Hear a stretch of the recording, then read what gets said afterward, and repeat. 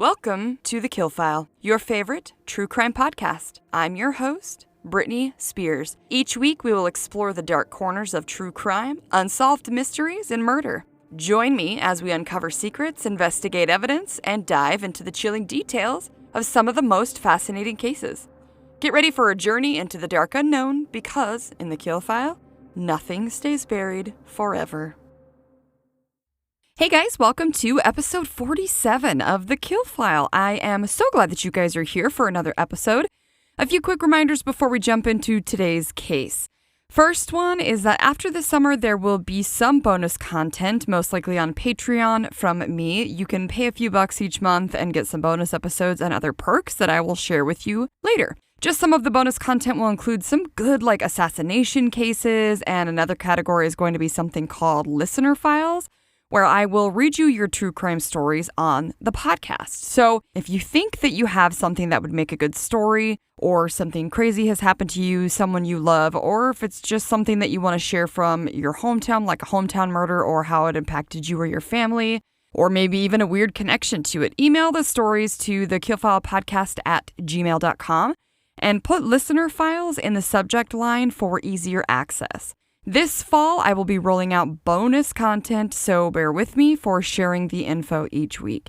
Also, please don't forget to rate, review, and subscribe to TheKillFile on whatever platform you listen on. It really helps out the podcast, and it'll only just take a few moments, and it helps bump us up so that other true crime listeners can find us. Don't forget to hit the download button on your platform to let us know how many listeners that we have. And please share the podcast on your socials or with your friends. Last reminder, don't forget to check out the merch website at thekillfile.com. Click Shop Merch. Okay, that's it for business, you guys. Let's get into today's case. Today's case is a doozy, let me tell you. It is going to heavily focus on drug addiction and body mutilation. Trigger warnings for today are going to be murder, talks of pedophilia, talks of suicide, body mutilation, dismemberment of a corpse, sexual assault, necrophilia, and talks of rape. Here we go. Green Bay, Wisconsin is described as a blue-collar city, quote-unquote Midwest nice, meaning that people aren't exactly friendly, but they will usually be polite, with harsh winters and humid summers, where everything is lush and green. Home of the Green Bay Packers, the people who live there seem to have a lot of pride about the city that they call home. Just like most major cities, Green Bay has an underbelly of drugs, with one source stating that, quote, the city has struggled to keep up with the ever-growing number of overdoses and deaths, end quote.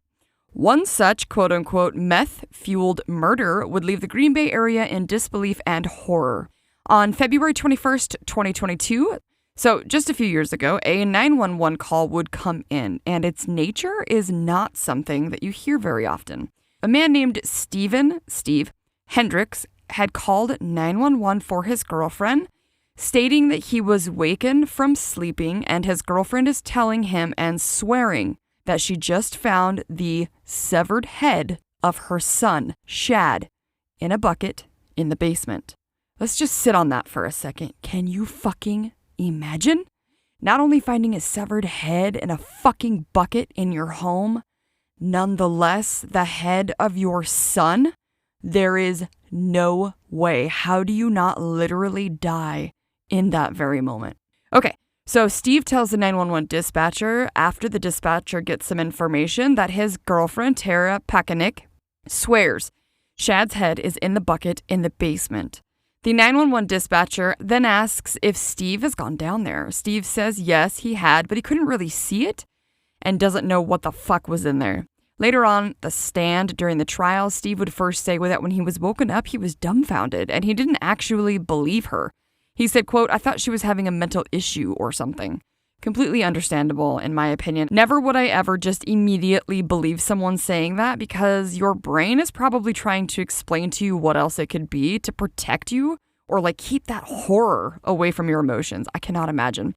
After explaining that he did try to go look at what his girlfriend had seen in the bucket, he said that he could just see hair like an animal.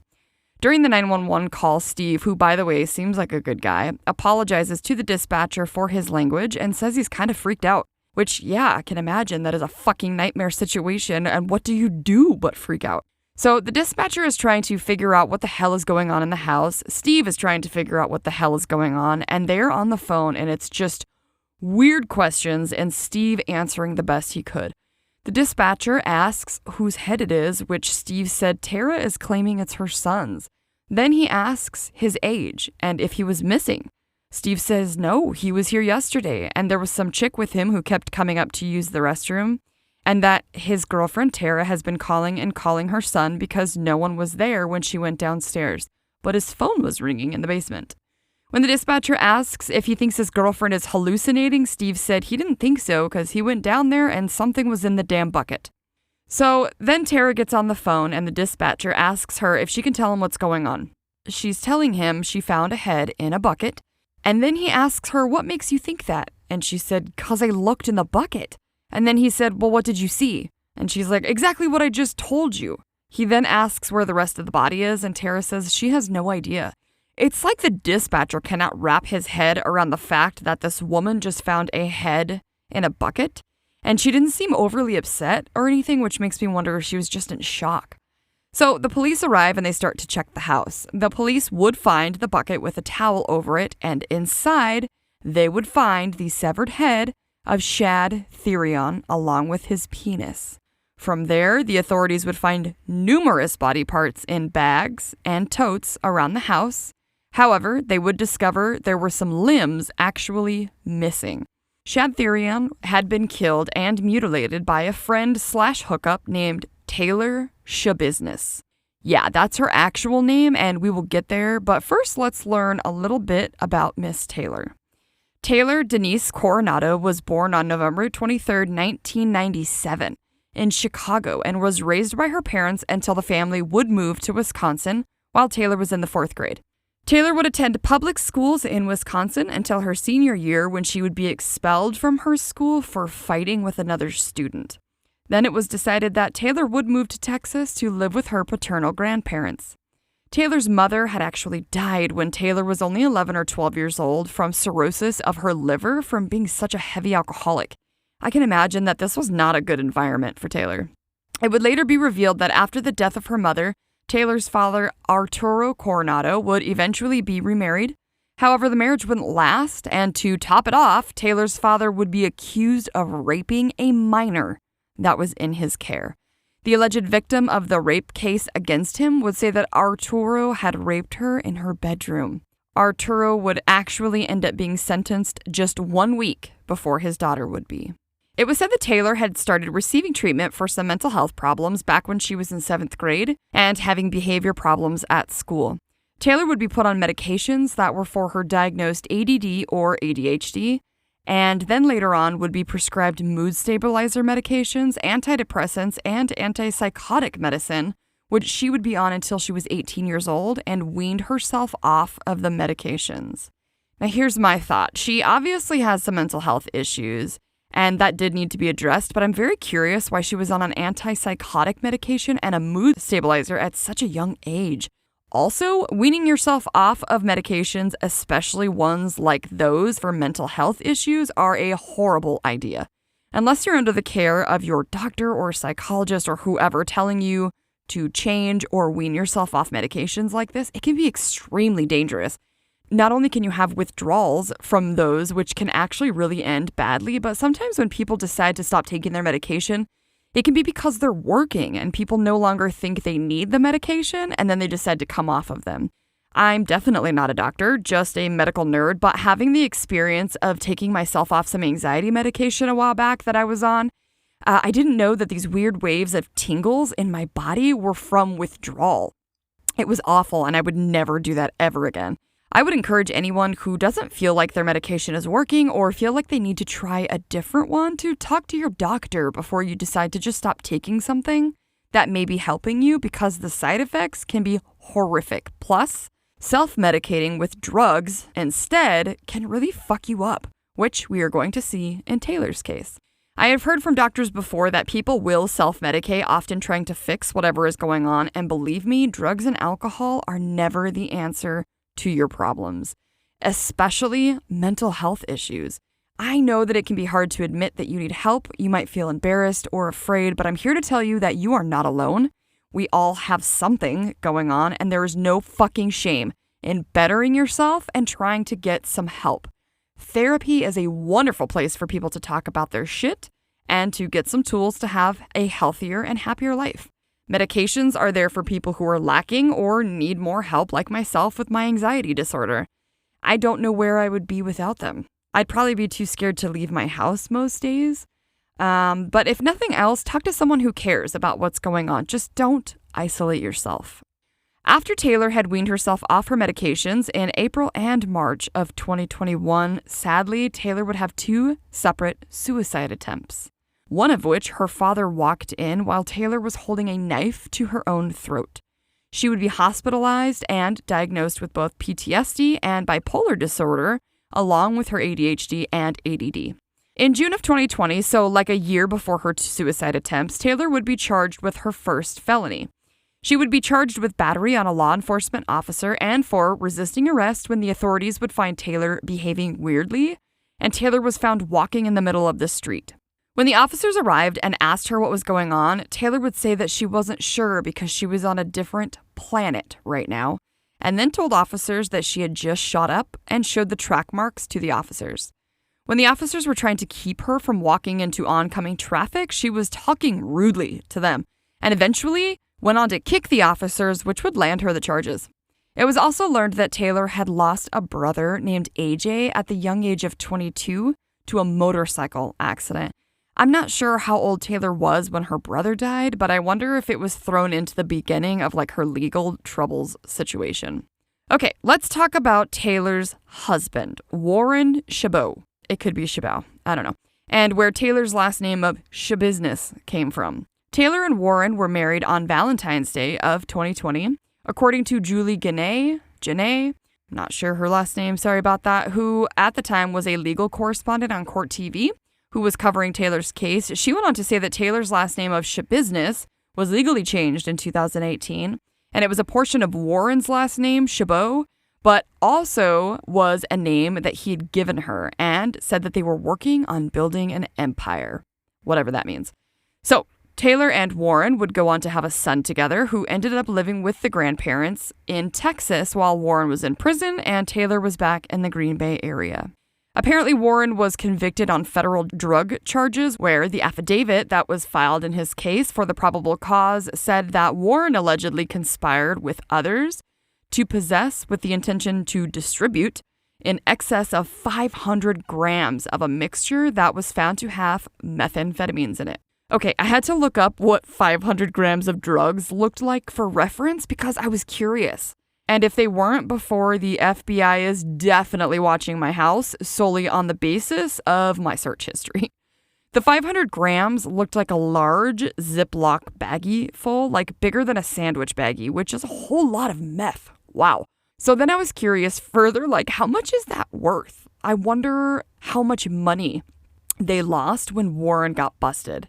Fun fact, did you know that there is a government website that tells you the price of meth depending on the type of meth by state and per gram?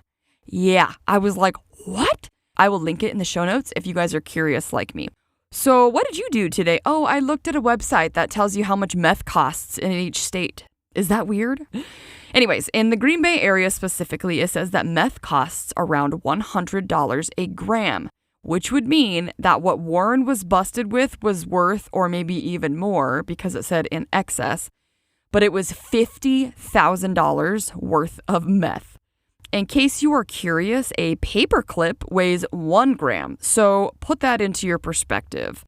That's an expensive-ass addiction. Who the fuck can afford that? So only 2 months after Taylor first got in trouble for kicking the cops when she was high and had just shot up, she would get into trouble again when she would lead a police officer on what was said to be a high-speed chase when Officer Cameron Boersma was trying to pull her over. In the report, it would state that the officer was trying to pull her over and that Taylor was running red lights, trying to get away from him, and almost hit a biker during the chase. Apparently, she was also swerving all over the road and into different lanes, seemingly only caring about herself and not the welfare of anyone else. She was able to evade the officer long enough to get to the complex of where her father was living, and of course they grabbed her when she got out of the vehicle. Which, Why do people do that? Why do they run? They are going to fucking chase you and you will be caught. And now you will have added charges to yourself. Also, it looks suspicious as hell. It is so stupid. So they searched her car, and in the glove box, they found a small black kit that contained a syringe and what was said to be a crystal-like substance that was determined to be methamphetamine. The officers also found a tourniquet of a white rubber elastic band as well as small baggies of cotton balls, which the officer said are commonly used as a microfilter for intravenous drugs, which I didn't know, and I thought that was odd. Taylor would then be charged with knowingly fleeing or evading an officer and then bail jumping because she wasn't adhering to the rules of her probation of the earlier offense. She was also charged with drug paraphernalia and obstructing an officer. So, not great. Lots of charges. Seemingly, Taylor needs to get her life together a bit, needs to get off drugs, and figure a way out of her situation. I think it's fair to assume her upbringing wasn't a great one in one way or another with her alcoholic mom or her father, who is an alleged pedophile and rapist. However, people overcome all kinds of obstacles, and it's possible. Now, on to the night of the murder. Apparently, Taylor and Shad had met up at Shad's mother's house so the pair could hang out together, smoke meth, and have sex. I guess Shad and Taylor had known each other since they were in middle school and had lately been involved in a sexual relationship. The night of the murder, Taylor picked up Shad from his mom's house at 9:30 p.m., and this was on February 21st, 2022. They had a friend with them, and all three of them headed to an apartment where they would smoke some weed together. Taylor would later tell police that her and Shad had both smoked meth and injected themselves with trazodone. Trazodone is an antidepressant and can treat anxiety disorders. It increases your serotonin levels. I know a lot of people that use it. I was actually on it when I was a CNA, and it didn't make me tired. I'm not as affected by medications like other people are, but a little research says that the dosages go from 50 milligrams all the way to 300. During the research, it says there is some small potential for abuse because people like its calming effects on them, but it's not like Xanax or anything. I was wondering if maybe when you do meth, it helps to keep you more level, if it's like a downer. I don't know, but I can imagine mixing all of these drugs is awful and scary. Eventually, just Taylor and Shad returned to his mother's house, where it was reported that they would spend the day while his mother, Tara, wasn't home. It would be later that evening that Tara would then find Shad's head in a green bucket in the basement by the stairs, along with his penis. Officer Wanish was dispatched to the residence after the 911 call, and when he got into the basement, he too saw the bucket covered by a towel, and when he lifted the towel, he saw the human head. When he looked around the rest of the room, he was able to see what had looked like dried blood on a mattress close by. Another officer that was there, named Officer Russell, was able to get the information that Taylor Schabusiness was the last person seen with Shad, where the authorities would get to her residence quickly. The authorities also learned that there was a van that was associated with Taylor. When they got to her apartment building, is what it looked like, Taylor stopped in her tracks. While they were handcuffing Taylor, the officer told her that she had blood all over her hands. They also saw that there was dried blood on the front of her black hoodie and her sweatpants. When they asked Taylor if she knew why they were there for her, she said something about being there for a warrant for her arrest. Upon searching the van, a detective found what was said to be a crock pot box that was sitting, I think, on top of a laundry basket. When the medical examiner opened the box, they would find additional body parts, including legs. Oh my God, the legs were in the van. Okay, back to Shad's house. The police would find his head and penis in the bucket with 2 knives, as well as what the court-filed criminal complaint would call quote-unquote fluid. They would also go on to find other various body parts in the basement, inside of bags, and 3 more knives, and one of the knives was a bread knife that had all come from the kitchen. Inside of a storage tote, they would find Shad's upper torso. The upper torso had many cuts where the head was decapitated. They also found a carving knife in the tote along with several different internal organs. The police also found that there was a large amount of blood on top of the bare mattress and what looked like some cleaned up blood on the concrete next to the bed and underneath the bed. They also found a glass pipe and a gem bag that had a lighter powder inside. They found blood in the stand-up shower and blood in the front of the shower that had been cleaned up or wiped. Okay, so they bring Miss Taylor Schabusiness in for questioning, and one of the first things that they told her after they read her rights was that they found the head of Shad. And Taylor responded, quote, "That is pretty fucked up." During questioning, detectives asked Taylor what happened, where she stated that her and Shad were smoking quote-unquote the bitch, meaning meth, in the basement. Then she said they started to have sexual relations and she put the dog collar on him, and at first said he liked it. When one of the officers asked if Shad liked the dog collar, she said she didn't know, but she did it anyways, and she was going to walk him like a dog, and she kind of like giggled and smiled when she said it.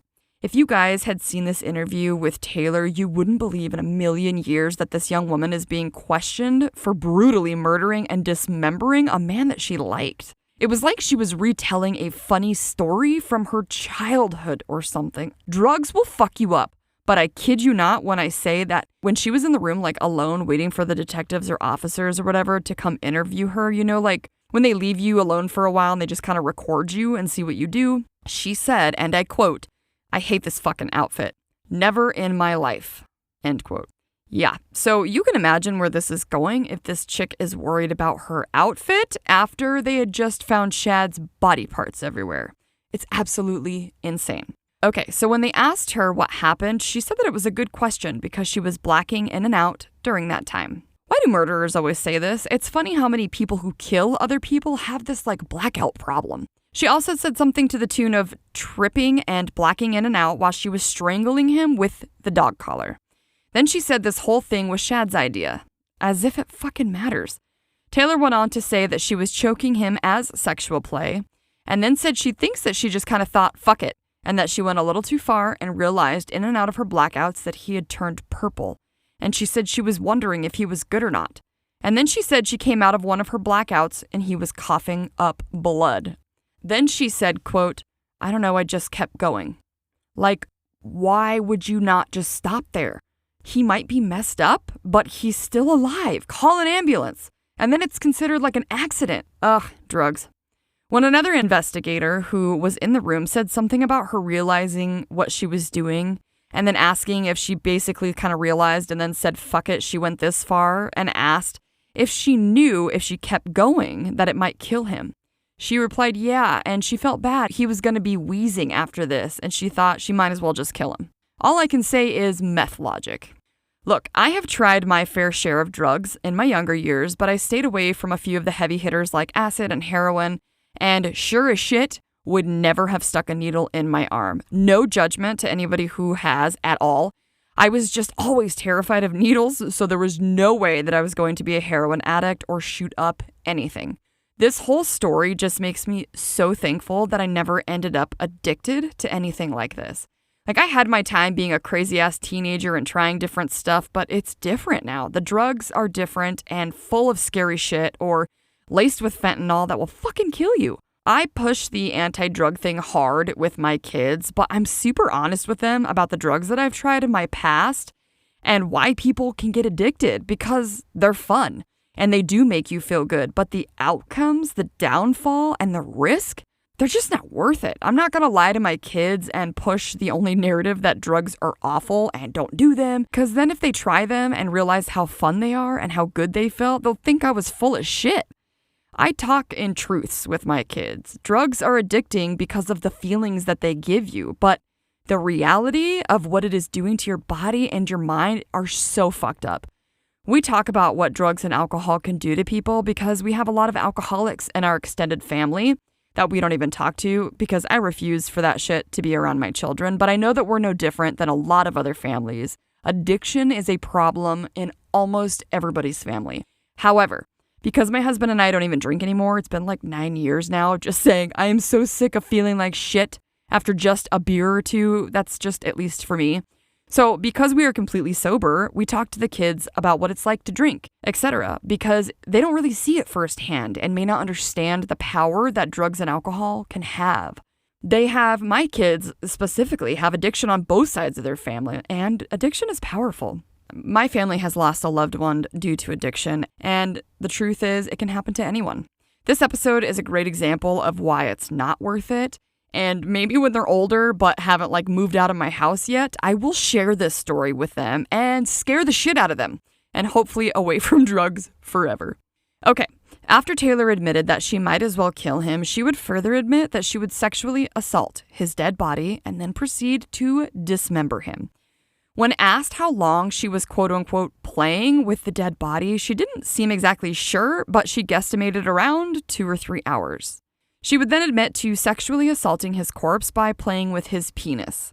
She used another word that I hate hearing people say, unless they're referring to like a person being one, so penis it is, and went further to say that she performed oral sex, knowing that he was dead already. Then, she admitted to having sex with the corpse and using a dildo on Shad's body as well, in his mouth and in his anus. When the investigator would ask Taylor, like, how long after he was dead did you start to cut up the body?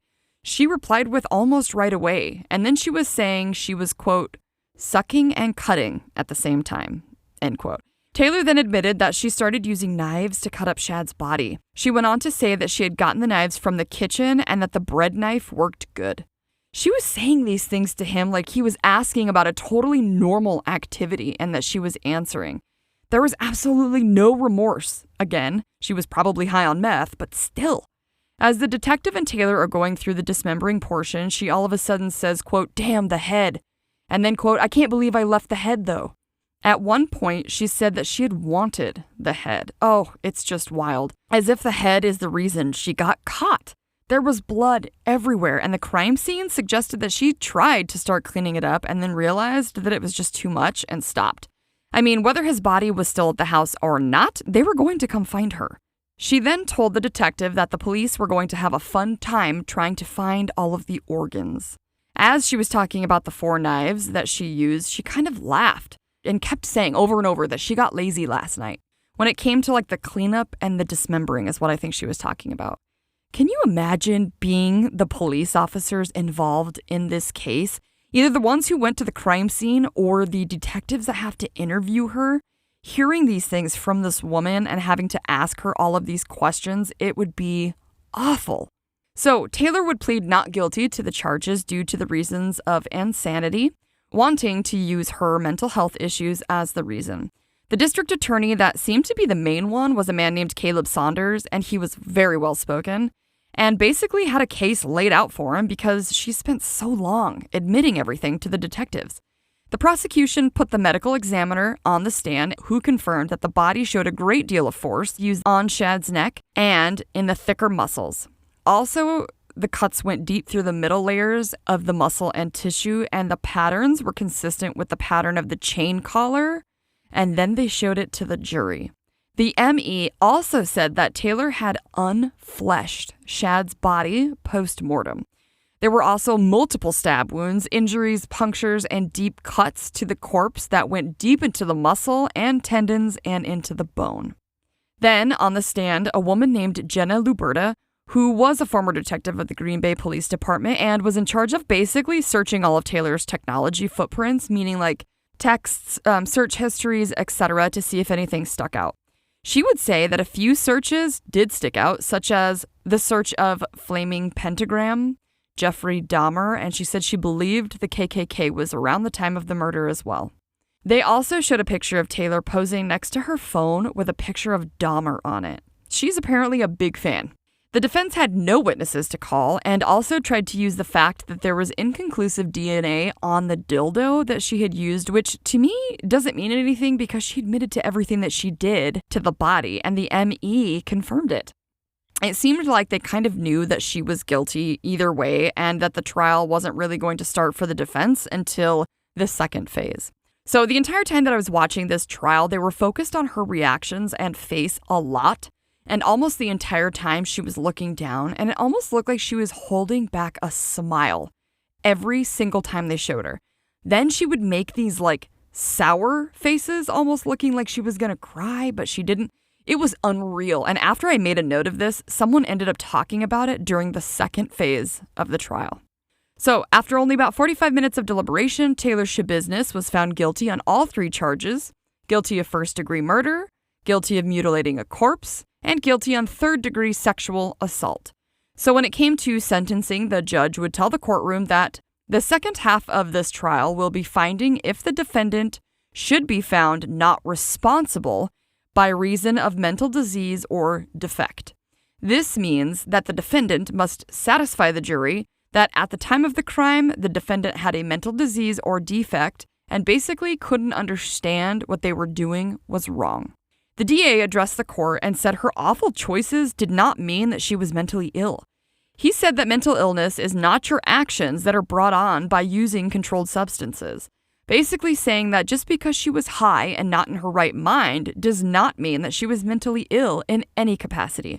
He also said just because the crime was so heinous doesn't mean someone is mentally ill, just because they could commit such an act. Arturo Coronado would take the stand and speak about her troubling childhood, her mental health issues, and her drug abuse. Taylor was looking up at her father in the orange jumpsuit, still in prison, and was smiling at him. Arturo talked about Taylor losing her mother. They talked about Taylor's son for a moment, and then the defense asked if Taylor was placed in a place called Nicollet Psychiatric Center, and this would seemingly trigger a memory for Arturo, and he said possibly. He then went on to say, oh yeah, she took herself there, saying that she wasn't in the right state of mind, and when asked if she was suicidal, Arturo said probably. Arturo would speak to the fact that his daughter was on a plethora of drugs like meth and heroin and probably other substances as well. After a brief moment of being upset, feeling like seemingly Warren was kind of to blame for Taylor getting involved in drugs, Arturo would get off the stand and was being escorted out of the room when he said to Taylor that he loved her, which she said back. Then Arturo says, quote, "Go Bears." And Taylor repeats that as well with a smile on her face. It was just unbelievable in this moment of trial, not giving two fucks like that. The defense put Dr. Diane Litton, who at the time was an independent psychology expert, and actually addressed Taylor's facial expressions. She called Taylor's facial expressions very unusual and described them as smirky and inappropriate. She talked about the weird grinning and then talked about how Taylor would chuckle or laugh while talking about the crimes with different investigators, evaluators, and even herself. That all of this was very strange. Then Dr. Litton described that the face that I kind of called sour as a scowl and said Taylor seemingly is getting a kick out of everything that's going on. She then said on the stand, quote, "Based on my training," and then she pointed over to Taylor and said, "That's a psychotic person right there." End quote. In my opinion, watching the trial, her doing that was very powerful, and it surprised me. It was just like in the moment. Dr. Litton went on to say that for 32 years, she has seen a lot of psychotic people, bipolar, psychotic, and manic, and then said that she just hasn't seen many like Taylor, and it's very exceptional. Of course, after this testimony, the state would put up their own expert, a Dr. Matthew Seipel, who was a psychologist, and he testified that there was not enough evidentiary support to give her a diagnosis of either bipolar or schizophrenia, which could underlie those symptoms. He went on to say that he had concerns about the claims of her mental illness and the truthfulness of the evaluations. He felt that she was grossly over-dramatizing her symptoms and pointed out that her behavior had been inconsistent between all of her evaluations. During the closing arguments of this phase, the DA said that the alleged manic episode that seemingly came on in a flash and then disappeared was fake, and there was no evidence of it. He said, in this state, you are responsible, no matter what you do, when you ingest controlled substances, and this is the law, even if she had meth-induced hallucinations. The jury took 55 minutes this time to deliberate, and they felt she was not mentally ill during the attack. Taylor would then be sentenced to life in prison, with the judge saying, quote, "This crime offends human decency. It offends human dignity. It offends the human community." End quote. Warren has posted different letters of support for his wife and stood by her during her trial, even though he too was in prison. He wrote that she was not to blame for her actions and that it was the drugs. He went on to say, quote, "I know what she's being accused of is not who she is. Not only has her addiction played a big role, but so does her mental background as well as postpartum depression. I want my wife to get help, professional help, because it's what she deserves." End quote. What about what Shad deserves? He did not deserve to be killed by her in such a horrific and brutal way. Shad didn't do anything wrong, and yet Taylor deserves our sympathy? Gross. There has been recent headlines of Taylor attacking two different attorneys in the courtroom. Whether they were real attacks or not, who knows? I didn't see the first one, but I will tell you that the second one looked fake as fuck. Like she's trying to appear crazy. The defense had called Taylor's grandmother as a character witness over the phone in one of her recent court hearings. This grandmother and grandfather are caring for Taylor's son and are in the process of adopting him. She testified that Taylor was very happy after the baby was born in 2021 and was a loving parent, but that Child Protective Services wouldn't let Taylor keep the baby with her when she left the hospital. I'm assuming this was after her suicide attempts, like later on. Her grandmother feels that Taylor believes certain people care about her, but that they don't. She knows Taylor has to serve her time for the crime, but has hopes that she will also have time to contribute to society. And that, my friends, is the awful, shocking, and heinous death of Shad Thyrion. This story has stuck with me ever since I first heard about it, and I just had to know all of the details. I encourage you, if you get the time, to check out some of her interviews with detectives when she was caught. They are absolutely mind-blowing. The casual feeling of her confession, it's crazy. She said some truly shocking, disgusting, and repulsive stuff, like it was nothing. As to her mental health, so this is obviously going to be just my opinion, but although I am glad that she was found not mentally ill so she can serve prison time and not be let back out into society after a few years in a hospital, I do believe that she has some stuff going on, like mental health-wise. You just get the sense during her trial, watching her face, that she doesn't give two shits about what she did, and she absolutely does inappropriately laugh and smirk and holds back smiles like she's enjoying the moment. I think people who have certain mental health issues have symptoms like this, and I hope that she's able to get the help that she clearly needs. But in my opinion, she just seems like someone who has been utterly fucked up from trauma, probably abuse, and definitely drugs. The dismemberment of Shad's body alone, from the severed head and penis in the bucket to the legs found in her van, are proof that people who are high can do some seriously terrifying and crazy shit. If there is a moral to the story of poor Shad's death, it is don't do drugs. I hope you guys enjoyed this insane tale that was today's case, and I hope to see you guys next week for another case here on The Kill File, where nothing stays buried forever. Stay safe, you guys. Bye. All right, guys, that's going to do it for today. A few quick reminders before you go. Please don't forget to subscribe, rate, and review on your platform. It will help The Kill File and other true crime lovers find us. Also, check out the website at TheKillFile.com to suggest a case. Find our merch shop for fun Kill File gear, which you can also find at thekillfile.printify.me, and help support the podcast. Have a suggestion or want to share your own true crime stories? Email thekillfilepodcast@gmail.com for a chance to get them read on the podcast. Follow The Kill File on your favorite social media platforms. We are on Facebook, Instagram, X, Blue X, TikTok, and of course, you can subscribe on YouTube as well. Find all of the links for the socials on the website. We are either listed as The Kill File or The Kill File Podcast. Come on back Mondays wherever you get your podcast fix, when we will cover another case here on The Kill File, where nothing stays buried forever. Stay safe, you guys. Bye.